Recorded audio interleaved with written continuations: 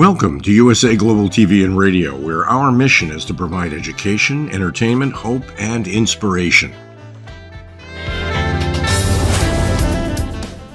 USA Global TV and Radio connects you with experts and audiences all around the world every single day to help you succeed in business and to live a richer life. Visit us at usaglobaltv.com to learn about career and life-changing training and mentoring programs like the Listening Mentor. Subscribe to our newsletter to stay informed about our special programs and offers. Discover how you can become a guest on one of our shows or a host or producer of a USA Global TV and Radio show of your very own. That's USA Global TV and Radio, where the doctor is always in.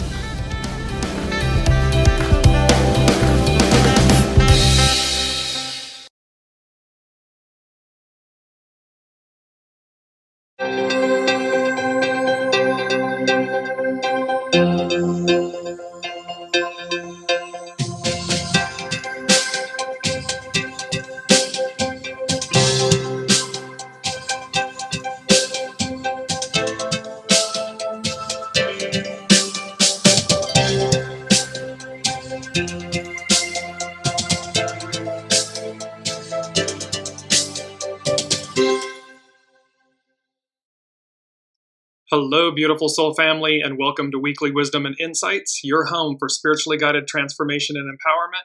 I am your host, Dearjames, and together with the unseen, Spirit, Source, and Symphony, we look at the current energies, the wisdom from the unseen, and we go as guided. And once again, an action-packed moment in time. Mars squaring Pluto for, I think, the first of maybe 5 times coming up. And we also have the Mercury Sun CAZIMI coming up here Thursday, I think. Today, tomorrow, Thursday. Anyways, lots. And then an upcoming full moon, the summer solstice. There's a lot of activity and energy. And we have a very ancient, powerful, and yet simple main theme and message. And so we're going to jump right to it and bring up the main theme, which is this beautiful bloom where you are planted. And again, it's an ancient, and you'll see why. We're going to cover it in a moment. However, this dates back to biblical times. It's referenced biblically. And it has such a powerful meaning beyond the simpleness that it has taken on. But this bloom where you're planted.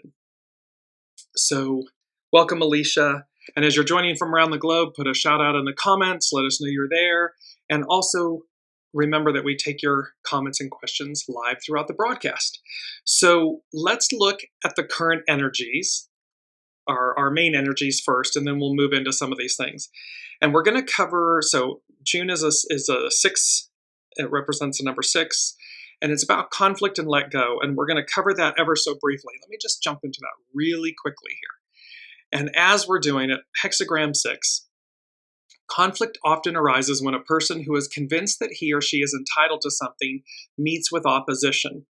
So an issue of entitlement, and this is from tarot.com. And remember, hexagram 6 is about conflict, let go. So let go of the entitlement, let go of things that we believe we're entitled to, and look at the bigger picture, and you'll see how this bloom where you're planted ties into that. In such cases, the wise choice is not to push things to the bitter end, because knocking heads perpetuates ill will. Creative solutions that meet others halfway are more valuable and longer lasting than victories achieved through force. And we had this a couple of shows back, this difference between strength and force. Conflicts in which one party is not sincere inevitably lead to subterfuge and distortions. In such situations, those of strong character keep a clear head, protect their integrity, and look out for their own interests while seeking compromise. It can help to find a fair-minded mediator who can settle these matters. So again, there's mediation, there's compromise, there's coming to the table, there's understanding, because it's about conflict, let go. In times of conflict and turmoil, new ventures and new initiatives should be avoided, or again, taken with greater discernment. Instead, examine the sincerity of your current beliefs and the beliefs of those around you. Seek advice or arbitration from an impartial and mature person. Consider everything carefully before making any major decisions. Consider the option of compromise. And of course, politically in the last 2 decades, the C word, compromise, has become this dirty word, and yet it's where we find common ground. It's where it creates and we can manifest a win-win situation and scenario. And so it says, clarify the roles and responsibilities of those with whom you live and work to reduce conflict in the future. So there's this beautiful aspect here where what we're looking for in conflict let go is compromise, resolution, coming to the table, and how these will play in as we look at this bloom where you're planted. So going back to the main energies. So we have 6, conflict, let go. And then today is 12, standstill. It's the 12th of June. Standstill, release. And back on the 29th of May, we had literally, the main theme was standstill, the power and joy of new beginnings. And so all of this is guiding us to new beginnings and how to reach them. We're going around, we're going back to where we began, an octave higher. It's an 8-year, all year long. So unite, coming together. See how compromise, coming together. And we unite from the inside out. Now, the interesting thing is that the 6, the 12, and the 8 can become a 26, which is about controlled power, amplify. And so how we magnify and amplify our empowerment, our power. But we do so in a controlled manner. We don't run roughshod over everyone. We do so in a controlled way, in a respectful way. And then it can also become a 17, which is approach, advance. Actually, 17, there's an error there. 17 is about follow, show by example. So follow, be led. I apologize for that on the screen. And then, of course, we've got double 8s because the 26 and the 17 become an 8 again. So this doubling down on the issue of uniting, coming together, advancing. It is the Aquarian matriarchal era way, is to come into harmony, into balance, into union. And so this, the Piscean patriarchal of kill or be killed, and my way or the highway, and all this, it's over, it's ending. We've been there, we've done it, and now it's the Great Mother's turn. She has arrived again, and she will carry us forward in that manner. So now let's look at the astrological influences. And I loved this theme because the minute, again, we're talking about Mars square Pluto, Mercury and the Sun have their CAZIMI, meaning Mercury is in the heart of the Sun, and that takes place on the 14th. And today is yesterday was literally the first Mars square Pluto at 1 degree Taurus, 1 degree Aquarius, respectively. And there's this theme that came with these astrological energies that said, it's now or never. And it goes to number 2 from the unseen. They literally said, it's now or never. Make your move or moves, or forever hold your peace. And it harked back to when, in weddings and stuff where somebody's up there and they're being married, and, if anyone should have a reason for these two not to be joined, speak now or forever hold your peace.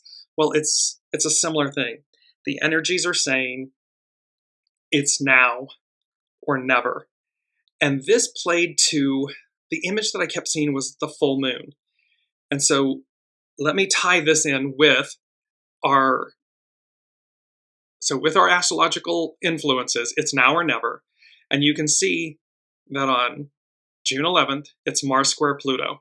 A square is a confrontational aspect. It creates friction because something needs to be released. And so Mars, creative force, divine masculine, the way we act against Pluto, squaring Pluto. And Mars is in Taurus, Earth. Pluto is in Aquarius, air. They're both fixed signs. And we have this issue where the conflict is about manifesting and releasing. And thereby, so it's positive. It's always positive. No matter how it appears on the world stage, it's still positive aspect because it's happening so that we move ourselves forward.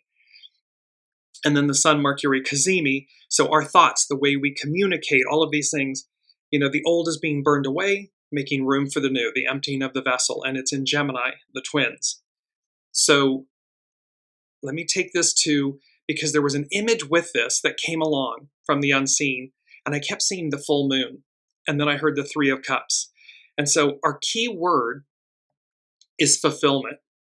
And fulfillment is a feeling of happiness and satisfaction.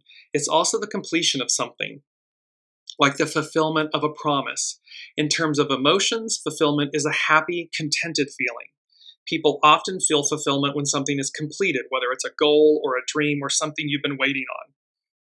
The other meaning of fulfillment is the act of finishing or doing something that was promised. So we have this keyword fulfillment, and then let me just bring in the image that the unseen had brought to me about this full moon and the Three of Cups. And you see there's three images of the Three of Cups. On the far left is the Llewellyn Tarot.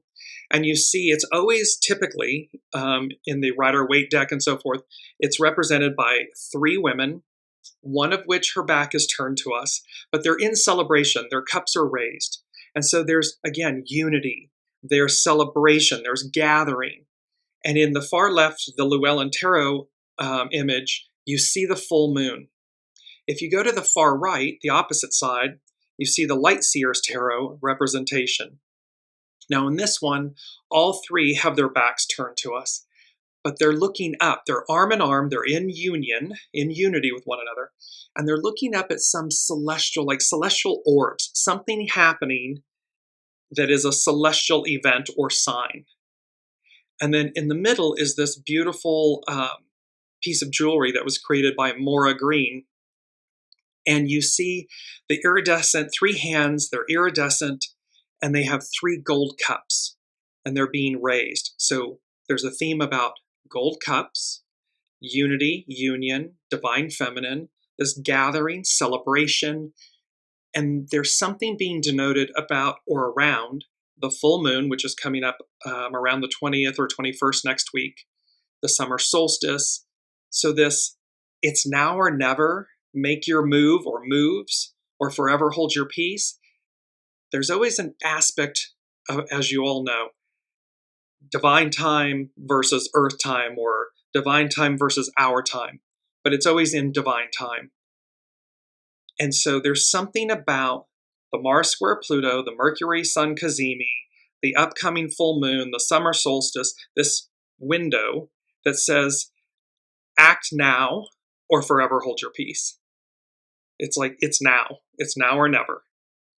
And this harking back to the bloom where you're planted, and you're going to see how this plays out. Alicia's saying, I made my move. Here's hoping I get the results I'm looking for. Exactly. And when we act with purity of intention, when we act at the forefront from a state and place of goodness, it's not about revenge and retribution and illicit gains and shadow aspects. When we do right by ourselves, truly do right by ourselves, and then by others, because remember, we're a mirror.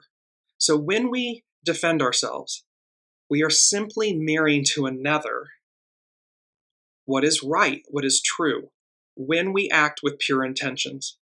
And then we're open to compromise, communication, coming together to resolve something in everyone's highest and best.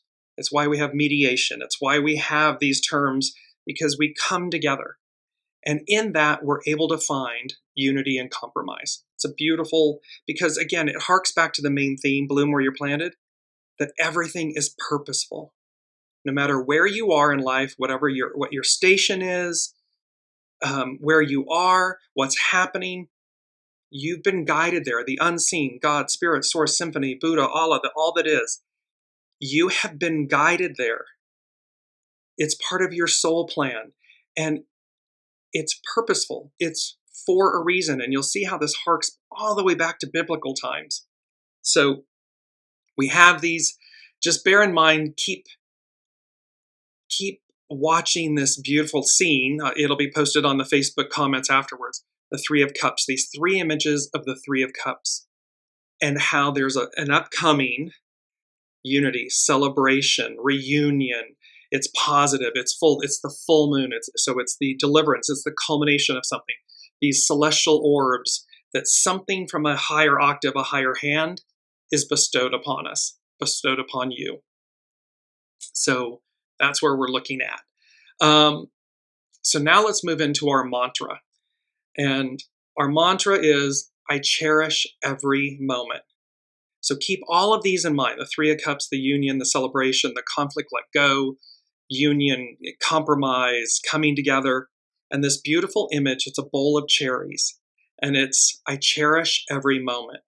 Because again, is it a bowl of cherries or is it a bowl of pits?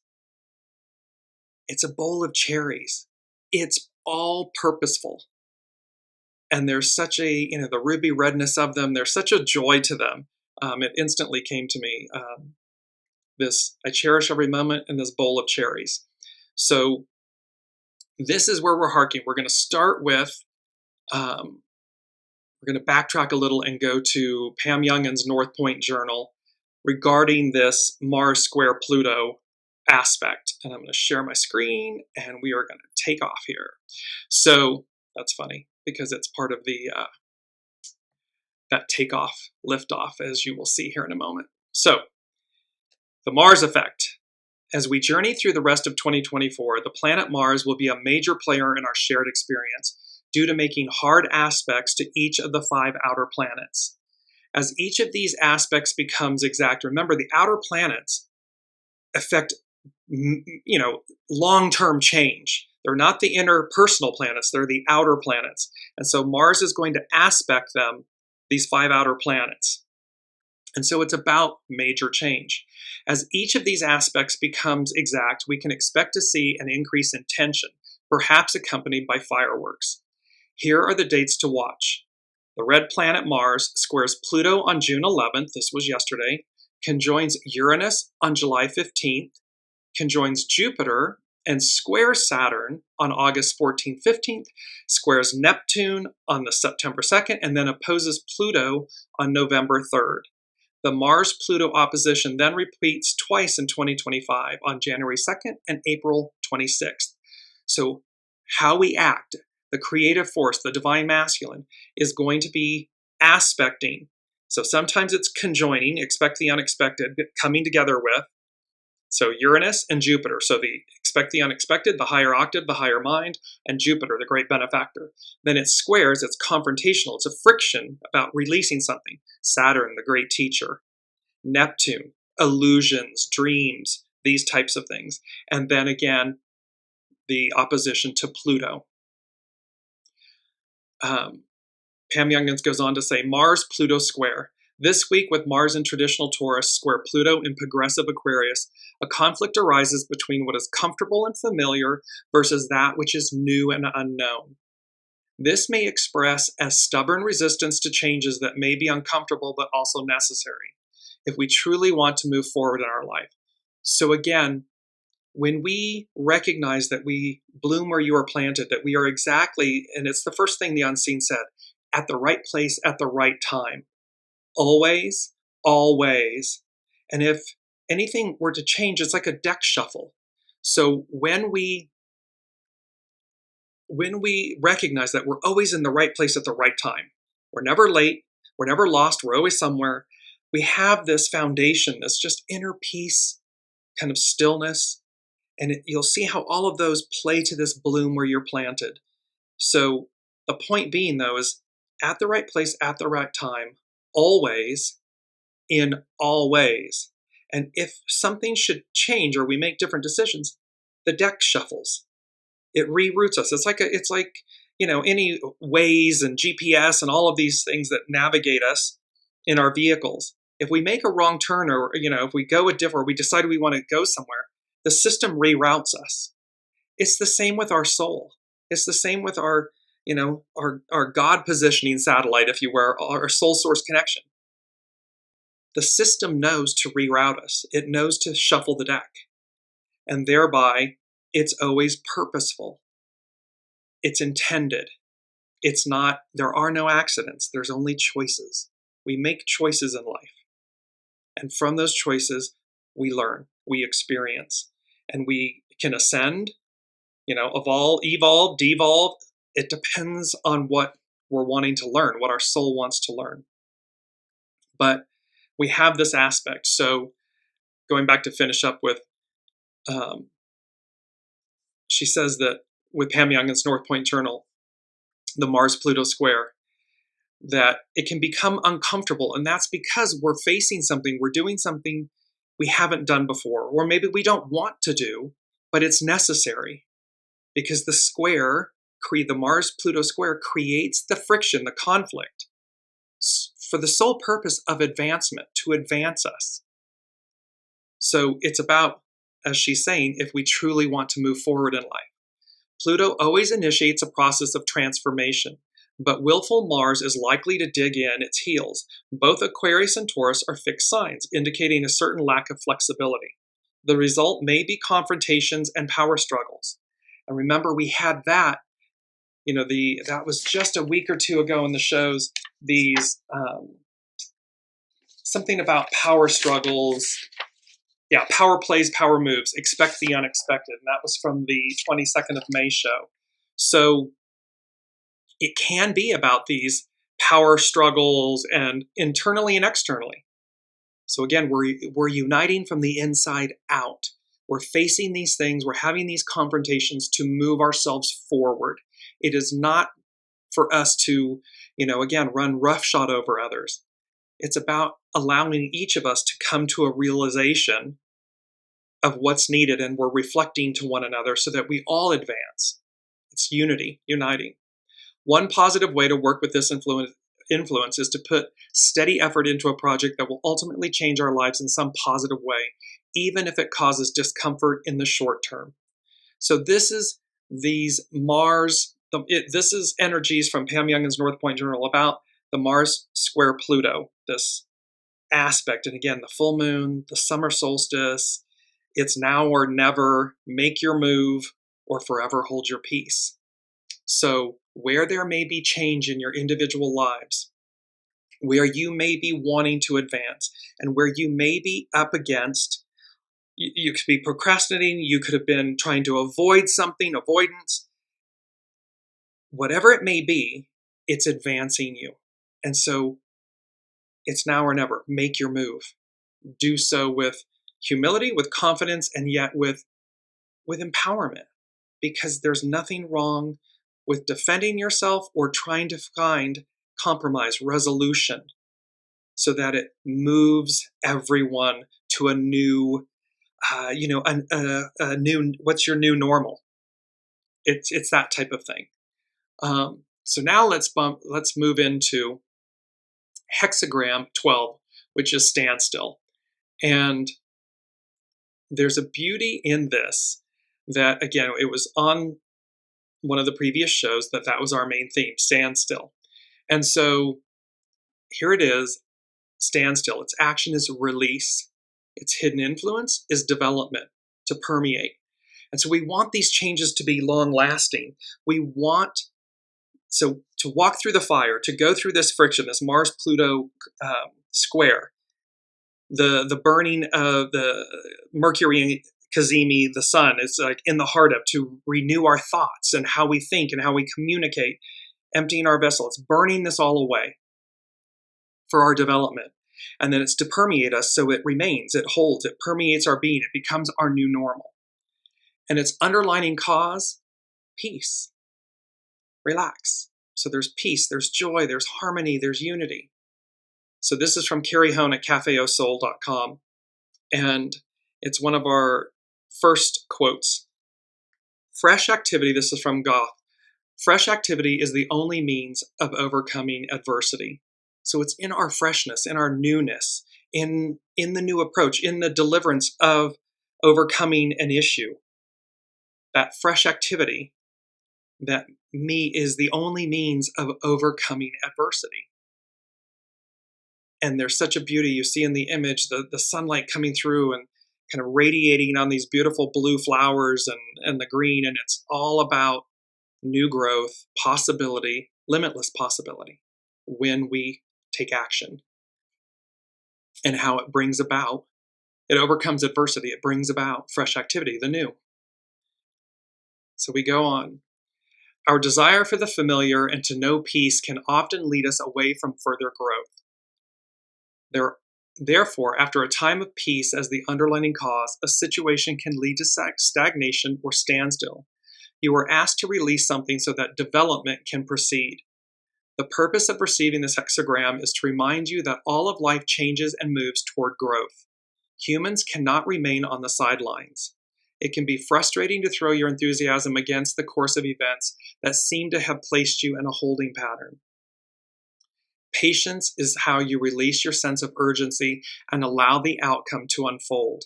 So this whole aspect of right place, right time, divine time, it will always, it's ever present.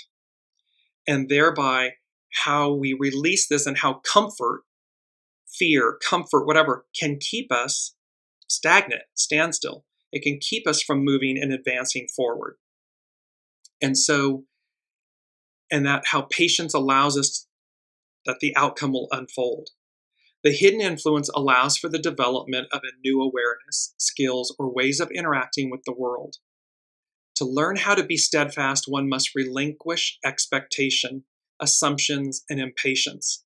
And remember, we had that with hexagram 6. It's releasing expectations, the entitlement of something, or the attachment to an outcome, or with the purity of intention, everything, when you operate from that place, and again, it's pure, it's not shadow aspect, it's not retribution and revenge and, trying to get one over on someone or anything. If that's the expectation, the intention, and the impatience and everything, it is the experience you're going to have. However, when you operate from a place of purity and you are simply doing the right thing, you are defending yourself or bringing others to the table because there's an injustice, there's an imbalance, and you're willing to be open and speak and mediate and compromise, well, then when that dynamic is present, great things occur, advancement, and this allows everything to blossom and unfold. Just as winter appears at a time when the world appears lifeless, there is much going on in your underground world. So it's to be mindful about, even though we may not see progress or we may not see that there's activity going on because it's quote unquote underground, there's still much life, much activity happening from the unseen, behind the scenes. 10,000 seeds are becoming the landscape of your spring. When you feel frustrated, take a walk in the woods. You'll be amazed, and remember this was from last week, Into the Woods. You'll be amazed at the realizations you will have when you are away from your phone and computer. So in essence here, it's about taking a step back, taking a breath, a breather, doing something that shifts your focus and your alignment so that, because when our face is pressed up against the glass, we can't see properly. But when we step back, we're able to see everything. We afford ourselves space, grace, new perspective.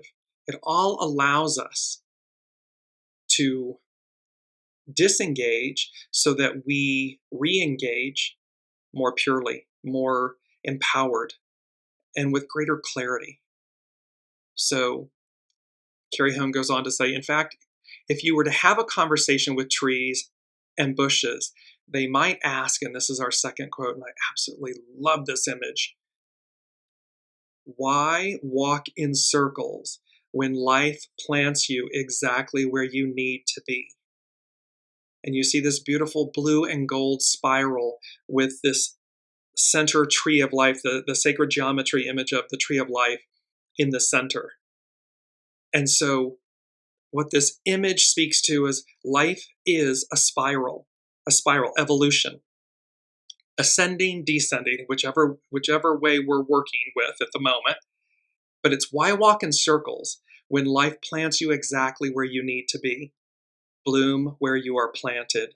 You're at the right place at the right time, always, in all ways. The deck shuffling. And nature teaches us. So nature is the greatest teacher of how to be steadfast and move in time with the changing cycles. The grass doesn't plan to grow, it just does. The trees, the leaves bloom on the trees, the flowers bloom on the vines. It's organic, it's natural, it occurs, and it's in harmony and grace. Discover the contentment of following life on its own terms. Follow the great circle and allow standstill to unleash an innovative approach within you.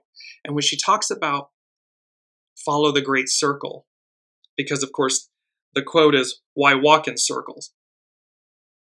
The path is rarely ever direct, a straight line.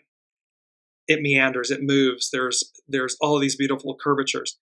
However, the cycle of life, the spiral of life, our planets, there's a reference to them being a circle, round.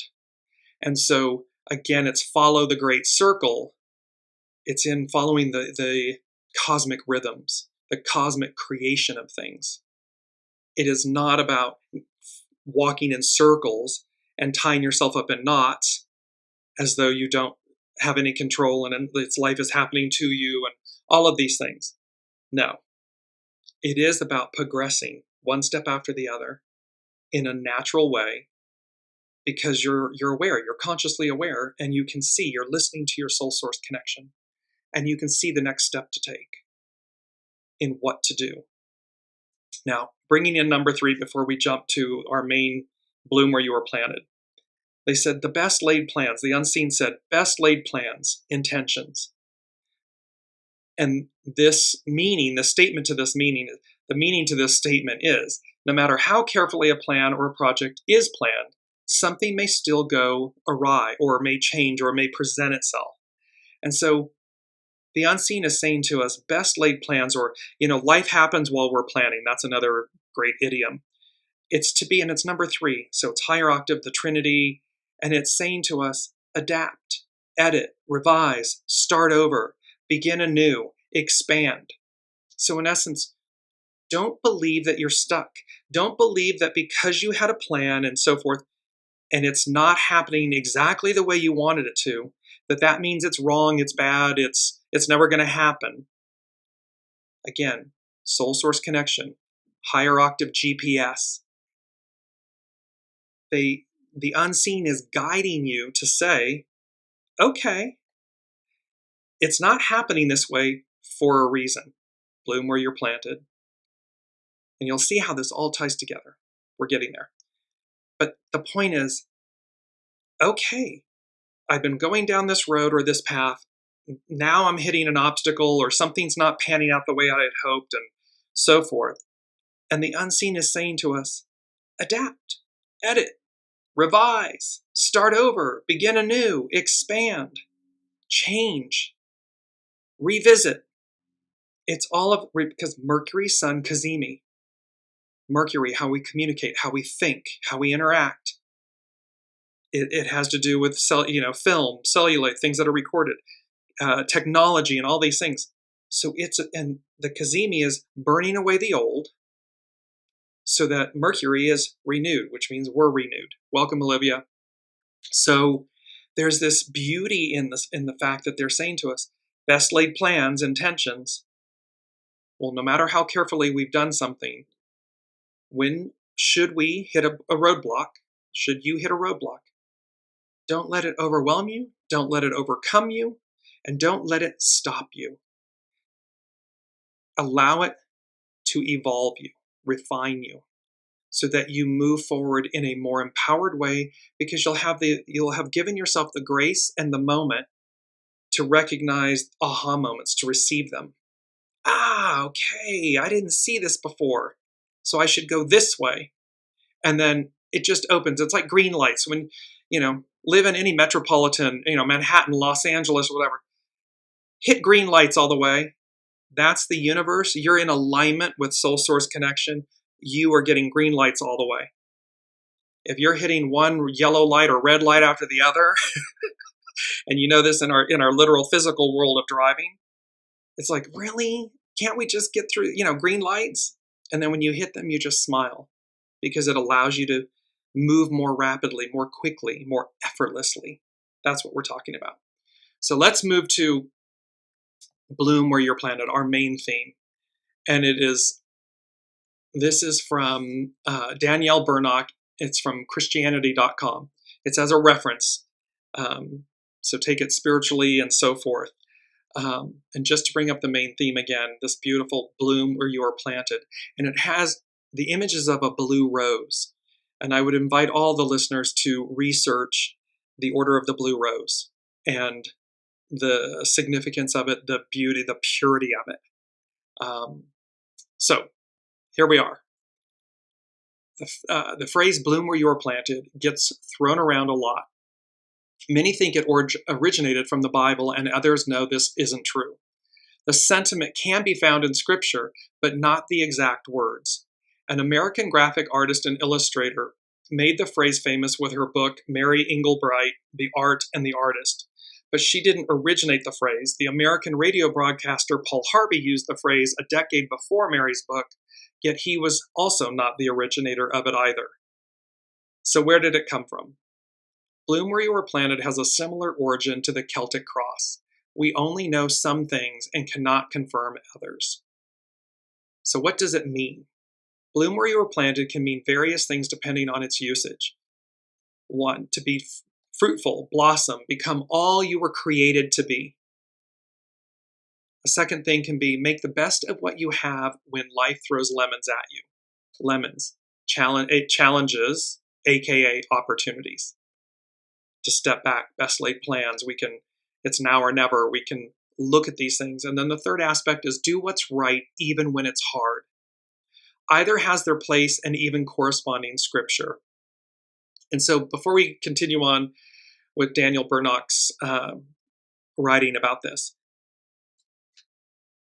what we know about bloom where you are planted. I first heard of this when I relocated from Los Angeles to Paris. And I'm in a foreign country, foreign language, everything foreign. And that was the first time, and it's a little pamphlet book that the American-speaking community in France gives you. And it says, bloom where you're planted. And so there's an awakening. For me at that moment, it was this simple message that said, be childlike again, embrace where you are. In other words, I'm not in the United States of America in Los Angeles anymore. I'm in Paris, France. So different language, different customs, different food, different clothing, different way of life. Everything's different. And yet the moral was the same. I'm there. So I either embrace it, I either bloom where I am planted, or I don't. Because when I don't, I'm going to suffer. It's going to be like salmon swimming up a river. It's organic and natural to them. It's not for human beings. And so that's the more simple part of the message. The greater, deeper part of the message, which goes back to biblical times, which you'll see here in a moment, is that everything is purposeful. There are no mistakes. There are no accidents. There's life plans, soul plans, and life choices. And it is incumbent upon each of us to look at where we are and bloom where we are planted. Find the reasons, find the opportunities, find the advancement, find the joys, find the gifts, the pearls. Living in France was one of the most extraordinary life experiences I have ever had. And I am so very grateful. At the end of it, a coworker said, wow, you really lived here. There were many who just existed or didn't like it, really went against the grain. You, however, lived. And there's a moral to that story of that's the point. That is the deeper message that it goes back millennia. So let's continue. Danielle Burnock with Christianity.com. So be fruitful. St. Francis de Sales, when he was the Bishop of Geneva, is recorded as saying this: truly, charity has no limit, For the love of God has been poured into our hearts by his Spirit dwelling in each one of us, calling us to a life of devotion and inviting us to bloom in the garden where he has planted, and directing us to radiate the beauty and spread the fragrance of his providence. She says, as you can see, it's not a direct quote of the idiom, but it carries its meaning. The words of St. Francis of de Sales were inspired by words in the Bible. In the book of Genesis, after God created Adam and Eve, he blessed them and told them, be fruitful and increase in number, fill the earth and subdue it. So, and subdue it in the sense that, so nature left to itself is wild, chaos, and yet it knows what it's doing. It organically moves, shifts, operates. And then humanity comes and it says, now let us refine that power, that energy, that force. Let us harmonize with it. Let us refine it. Let us craft it. Let us utilize it. However, with reverence, like with Aboriginal and Indigenous peoples, they worked in harmony with Spirit, with Mother Earth, with nature, with one another. They were in unity, and they did so in such a harmonious, beautiful way, balanced. And so this is something that modern day humanity has forgotten. We have strayed so far from that concept. She goes on to say, it's a quote from Jeremiah 17:7-8, but blessed is the one who trusts in the Lord, whose confidence is in him. They will be like a tree planted by the water that sends out its roots by the stream. It does not fear when heat comes. Its leaves are always green. It has no worries in a year of drought and never fails to bear fruit. Because again, the tree is in alignment with nourishment, with source, with this bloom where you're planted.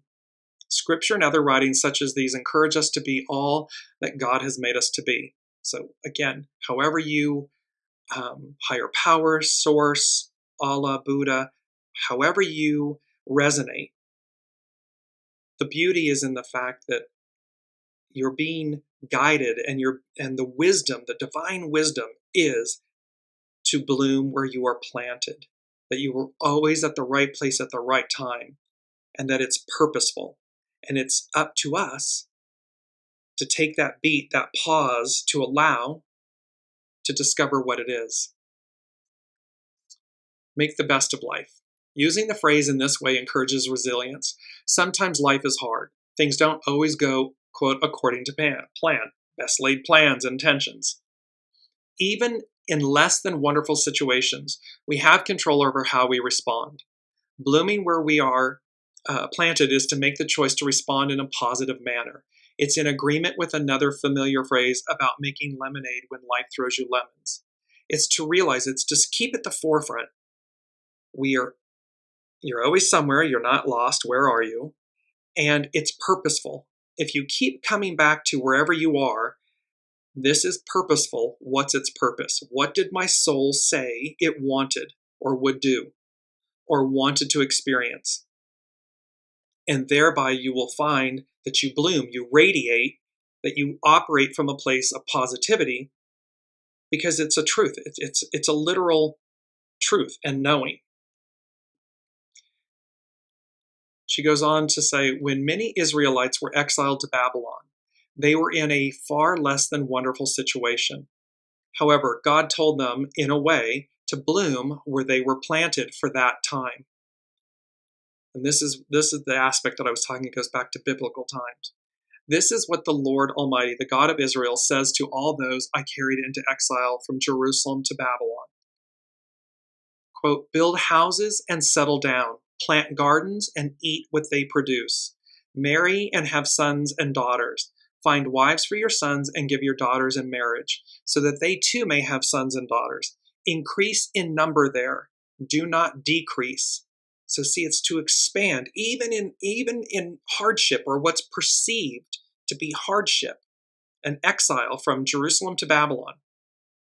It's divinely orchestrated. It's divinely guided.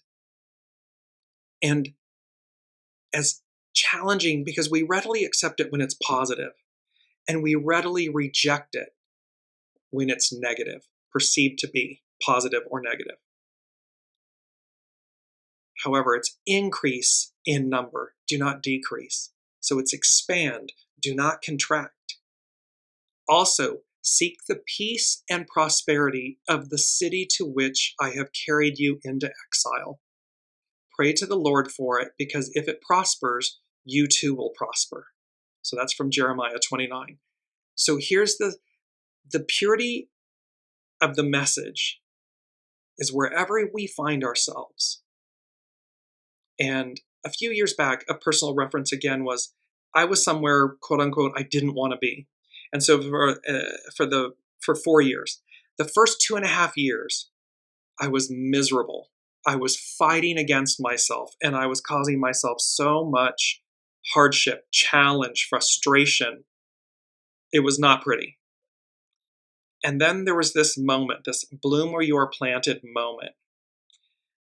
And what occurred in the last 1.5 years of my stay in this location was extraordinary. All of these things that I had been blocking, not seen, face pressed up against the glass, unable, unwilling to see them. And then like just this flood, this most beautiful flood of, oh my gosh, all of this has been here all along. And so, of course, we can naturally have regret too, because we weren't willing to face ourselves. We weren't willing to surrender.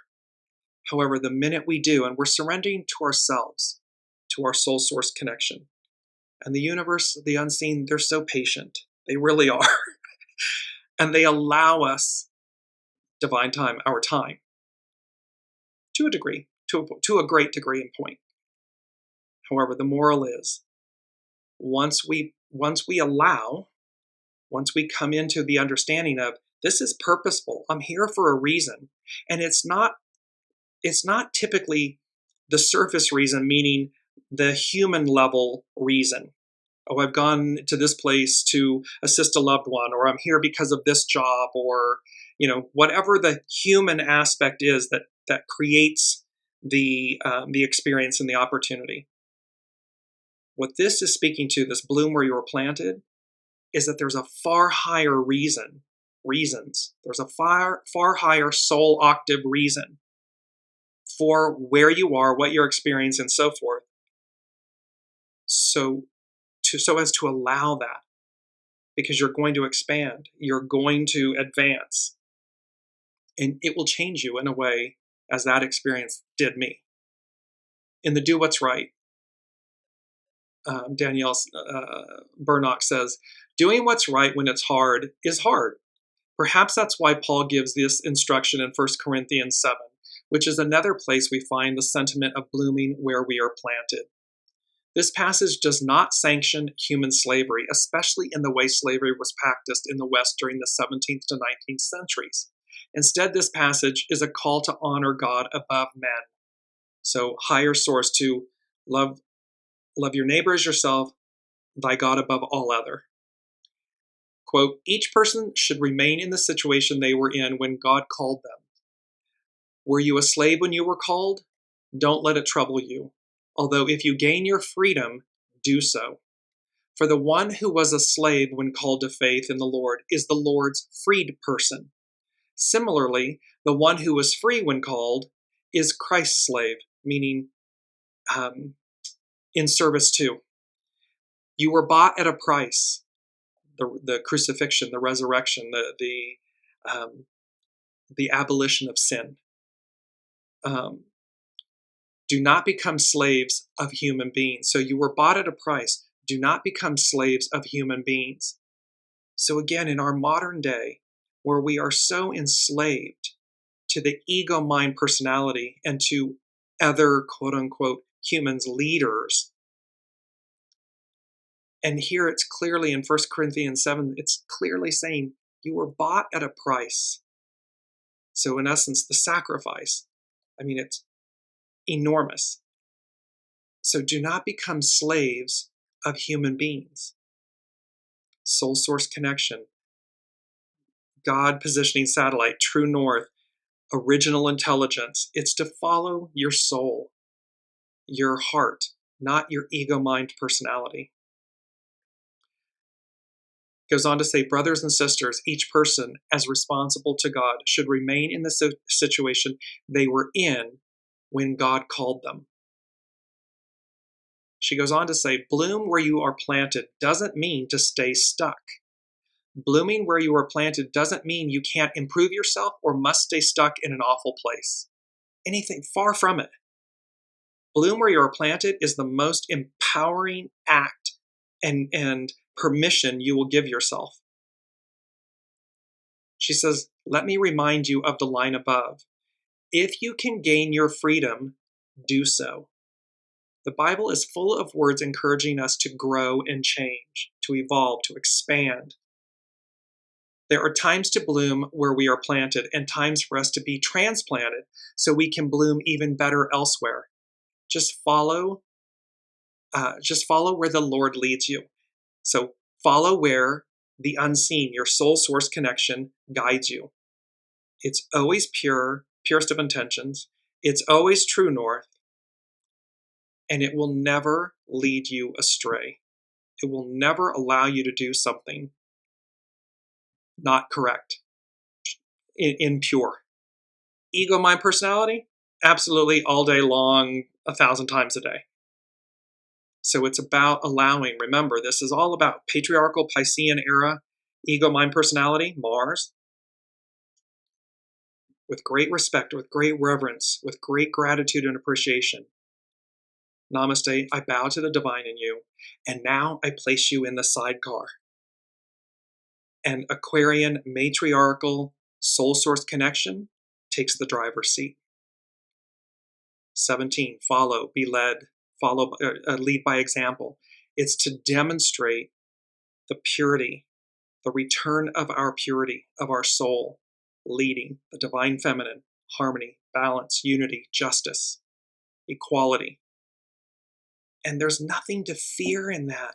There is so much fear in the current conversation and dialogue and world stage. All this fear about your fellow human, about, it was back in the day, the colors of Benetton, that heaven forbid everyone would sit at the table and find commonality and inspiration and unity and goodness, and that we could raise each other up. That is nothing to be feared, and everything, Three of Cups, everything to be celebrated. Because in that unity, in that cosmic environment and event, in that cosmic fullness, everyone's shining their light in the most beautiful way. It's in harmony, it's in unity.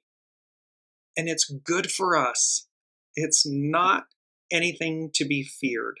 And it's not weak or woke or less than. It is the most empowered you could possibly be. Danielle goes on to say, the sentiment of the phrase bloom where you are planted has been around for centuries, millennia. But the first publication of the exact phrase cannot be verified. And so here's this, its origin is unknown. The purity of its message is millennia old and as vitally important today as it was then.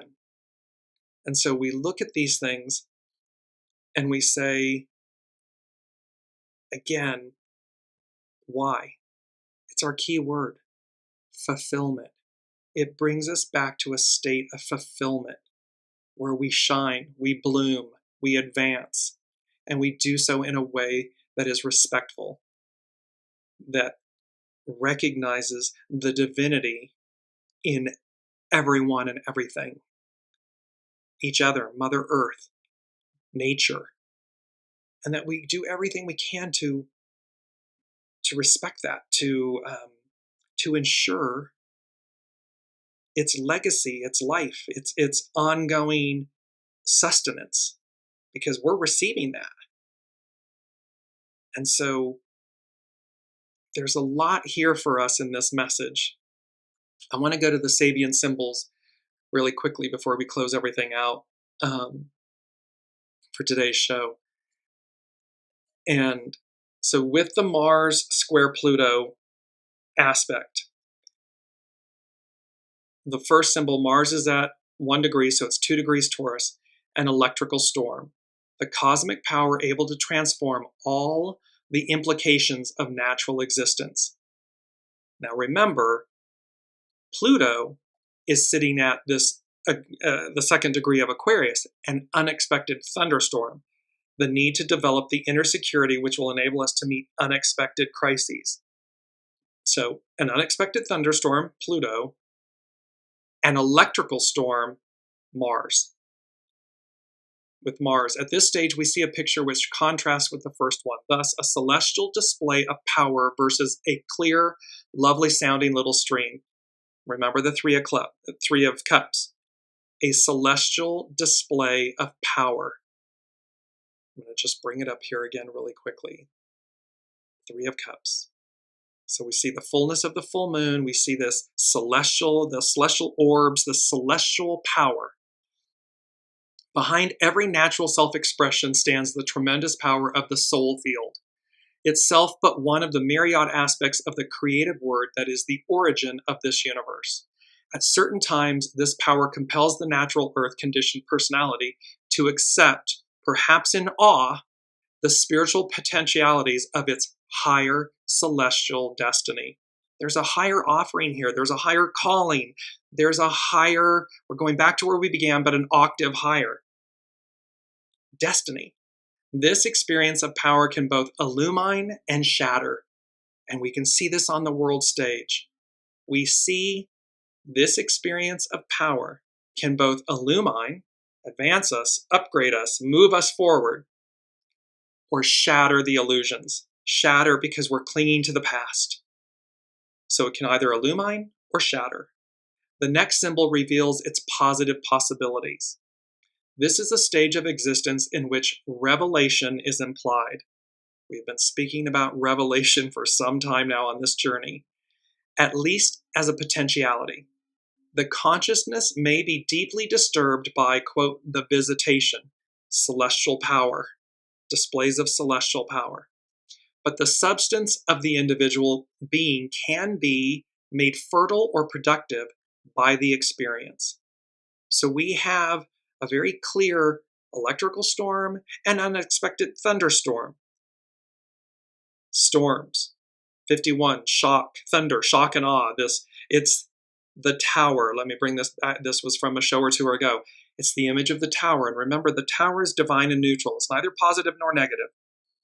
It comes about to advance us, to shake us loose. And Pluto is there retrograding back into Capricorn this last time to shake the foundations, to shake the tree loose so that we're made fertile and productive. It's about releasing the past. So the next degree where Mars is Taurus 3 degrees, natural steps lead to a lawn of clover in bloom. The gradual expansion of the individual consciousness after a fertile or productive experience. So again, they've told us, the unseen has told us, it's now or never. There's this window of time. It's kind of between now and maybe in the US, the 4th of July, Independence Day. It's somewhere in between this window of time and how these natural steps lead to a lawn of clover in bloom. Having been activated by electrical energy, and remember all the solar flares, solar maximum, our sun is just shooting one massive storm, electrical storm, towards the earth. And we're reaching solar maximum. So having been activated by electrical energy, the pure water of the mountain stream is able to fertilize the soil, which covers itself with small blossoms. Clover, however, is normally a symbol of the triad, the Trinity, and thus of the often mentioned three natures in man. To reach the flowering garden of mind, the consciousness must proceed by steps. Effort is needed.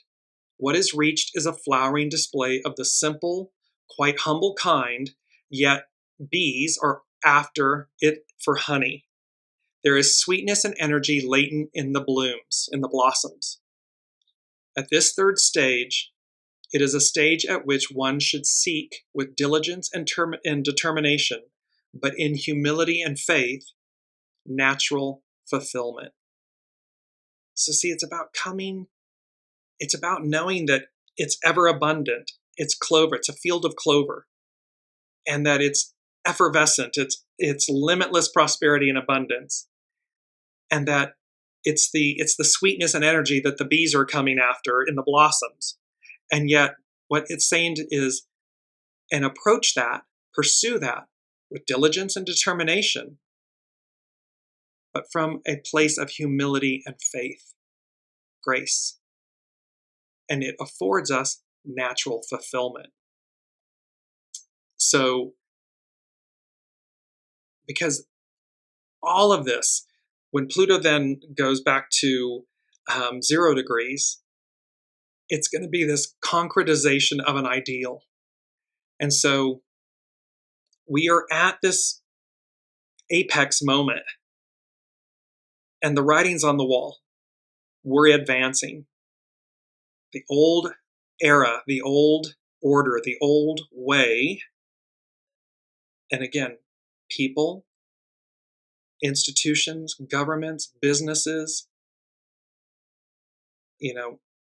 when I say I implore you to listen, it's from the unseen. Like, we're being implored to listen, to choose, to be proactive, and to choose differently. Because the arc of destiny is forward. It doesn't go backwards. It goes forward. And so we are at this apex moment, this choice point. And number 6 from the unseen is, they said sunshine and roses. And that means very enjoyable and pleasant, especially in a romantic situation. So, however, they're saying sunshine and roses. Now, there's another idiom where it's like, it's not all sunshine and roses. Here, it's number 6, so it's spirit and service, and the unseen is saying, it's about sunshine and roses. It is about very enjoyable and pleasant experiences moving forward in the present future. Those very enjoyable and pleasant sunshine and roses moments in the patriarchal era, the Piscean era, we have already experienced. They're done. Now we move to these new ones. And in number 5, the unseen said, after long-awaited desire, anticipation, and or frustration, finally, it's here. Finally, it's he, she, they, it. So it can be a person, a place, a thing, an event. But after long-awaited desire, anticipation, or frustration, finally, it's here. So again, we've got this window. And something, because last but not least, number 4 from the unseen, they said unexpected, and they underlined this word unexpected. Unexpected pleasures. Prepared to take off. And then they said, Houston, we have liftoff. And so there's this empowering message. And remember, no matter where you are, bloom where you are planted. And it does not mean that you are stuck and you can never leave the place you're in, or the circumstance you're in, or the job you're in, or the relationship you're in. Because again, as it harks back to Daniel Burnock's article, of course you can set yourself free, transplant yourself, move to the next thing, and bloom where you're planted there. Because it's all purposeful. It's all divinely orchestrated. It's all what your soul said it would do, or wanted to experience, or learn, or achieve, or triumph. And so we have this beautiful, beautiful nourishment. I'm gonna close with this. It's the Mercury Sun CAZIMI, the Sabian symbol, and there's two. This one's for Saturn. It says a table set for an evening meal, an indication that in the end and at the appointed time, the individual's needs will be met among those to whom they are linked by a spiritual or biological web of energies. So it's saying to us that at the right time, divine time, right place, right time, and at the appointed time, divine time, the individual's needs will be met through either a spiritual or biological web of energies, the unseen, what's operating behind the scenes that we cannot see.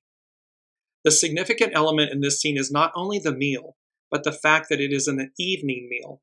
To use traditional symbolism, after a long chain of personal existences, the soul returns to its spiritual home at the close of the day of manifestation. There it finds that which renews and amply sustains. The happiness of the, quote, beyond existence is experienced when all has gone well. So again, you experience these things when all has gone well, meaning you're in alignment with purity of intention, soul source connection. You're operating from a place of humility, faith, purity, goodness, and thereby this happiness beyond existence is experienced. This symbol promises a satisfying or fulfilling end to whatever one has been undertaking. As the life closes, the soul consciousness finds nourishment in the harvest of whatever during the whole life has been relevant to the archetypal purpose and destiny of the soul, one of the myriad aspects of the divine creative word which began the cycle. So, at the close of life and within the multiple experiences of the incarnation of life, we have this nourishment, this fulfillment, because we bloomed where we planted. We understood it was purposeful, and we operated in alignment with our soul source connection. Do no harm. It's collaboration, not competition. It's unity, not quote unquote community, division, hierarchy. Last but not least is where the Sun and Mercury are, the degree, a gardener trimming large palm trees, bringing under control nature's power of expansion. And simply we'll close with this because we're running long. What this is talking about is that at this stage we have reached the level of fulfillment. You see fulfillment over and over and over again in this week's messages. And it's the fulfillment of the impulses which began at the first stage, in a tumultuous upsurge of self-assertion and protest against the past. Now this upsurge has found its place in the evolution of humankind and society, and symbolically speaking, labor has become not only unionized, but a strong force in the body politic. So whether it's unionized, but it's about unity, coming together, we the people. So we found this point, symbolically speaking, of this point of unity. And it says, yet the energies released seek constant expansion and therefore have to be controlled, meaning there's repeated need for pruning.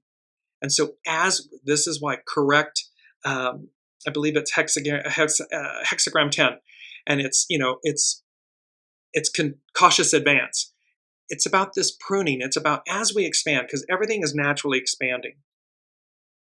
Everything in nature, in our cosmic universe and everything is expanding.